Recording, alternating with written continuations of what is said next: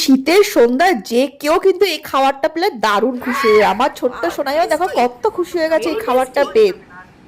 তো এই ঠান্ডা ঠান্ডা ওয়েদারে সন্ধ্যায় ভাবলাম গরম গরম কিছু বানানো যেতে পারে টিফিনে, আর তার জন্য ফটাফট বানিয়ে ফেলছি এই রেসিপিটা। আর তার জন্য দেখতেই পাচ্ছি আমি ছোট ছোট করে ফুলকপিগুলি ভালো করে ফ্রাই করে নিচ্ছি। আর এখন তো মোটামুটি সবার বাড়িতেই ফুলকপি, বাঁধাকপি, বিনস, গাজর ফ্রিজে থাকেই। তো সেগুলি দিয়ে কিন্তু দারুণভাবে এই খাবারটা বানিয়ে নেওয়া যায়। তো ফুলকপি ভাজাটা হয়ে যাওয়ার পর আমি একটু গাজর আর আলুটা দিয়ে দিলাম, ভালো করে ফ্রাই হয়ে গেল। তারপর পেঁয়াজ কুচি দিয়ে দিলাম, একটা আদা কুচি দিয়ে দিলাম, আর একটু টমেটো কুচি দিয়ে সমস্তটা খুব ভালোভাবে কিন্তু ফ্রাই করতে হবে। যতক্ষণ না নরম হচ্ছে ততক্ষণ অবধি কিন্তু ভালোভাবে ফ্রাই করে দিতে হবে। তারপর সিদ্ধ করে রাখা চাউমিনটা আমি এর মধ্যে দিয়ে দিলাম। তো চাউমিনের জায়গায় কিন্তু ভিজিয়ে রাখা চিড়ে, তারপর তোমরা চাইলে সুজি দিতে পারো, তোমরা চাইলে ওটস দিতে পারো, সমস্ত কিছু দিয়ে কিন্তু এটা খুব দারুণ লাগে খেতে। তারপর দিয়ে দিলাম হচ্ছে ডিম ভুজিয়া। দেখতেই পাচ্ছ সাইডে আরেকটা কড়াইতে আমি কয়েকটা ডিম দিয়ে ভালো করে ভুজিয়া বানিয়ে নিলাম, সেটা আমি এবার চাউমিনের মধ্যে ঢেলে দিলাম, দিয়ে খুব ভালোভাবে মিশিয়ে লাস্টে দিয়ে দেবো ঘিটা।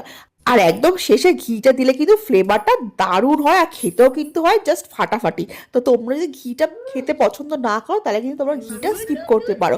আর দেখতেই পাচ্ছ সোনাইকে আমি অলরেডি দিয়ে দিয়েছি, যদি ওকে চাউমিনটা কম দিয়েছে, সবজিগুলি বেশি করে বেছে বেছে দিয়েছিলাম, একটু একটু করে চাউমিনটাও খাচ্ছে। আর কতটা খুশি হয়েছে দেখে বুঝতেই পারছো। তো আজকে সন্ধ্যের টিফিনটা তো আমাদের একদম জমে গেছে।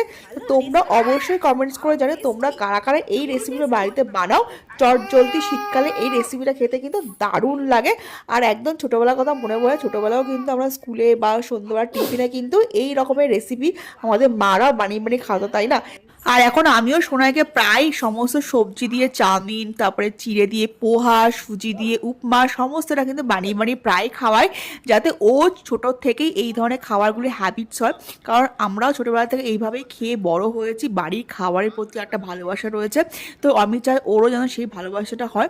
কারণ আজকালকার দিনে বাচ্চারা থেকে বড়রা সবাই কিন্তু স্প্যাগেটি, পাস্তা, পিৎজা এগুলির প্রতি অনেক বেশি অ্যাট্রাক্টেড হয়ে যাচ্ছে। বাড়ির খাবারের প্রতি তাদের কিন্তু ভালোবাসাটা কমে আসছে।